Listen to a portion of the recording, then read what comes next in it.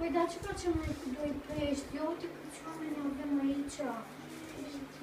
Și pâinicile astea, hai să zicem, pâinicile le dăm frimituri, așa, putem. Dar pești, doi pești micuți. Uite câți oameni sunt, Sebi. Dar hai să ne rugăm. Da. Ce facem? Ne rugăm ca Dumnezeu să binecuvânteze un care și poate ne ajung ăștia doi pești la toți oamenii. Oare ne ajung? Sunt de mâncat. Sunt de mâncat, nu-i așa? Da.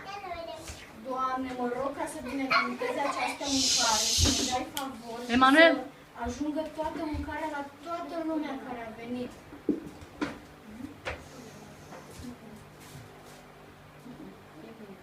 Păi hai să-i servim acum, ce să facem?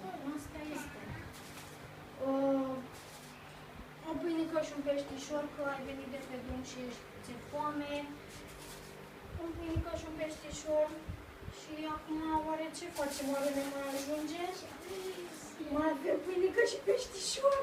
Uite că ne ajunge, ci că erau doi pești, dar de fapt, ia uite Dumnezeu.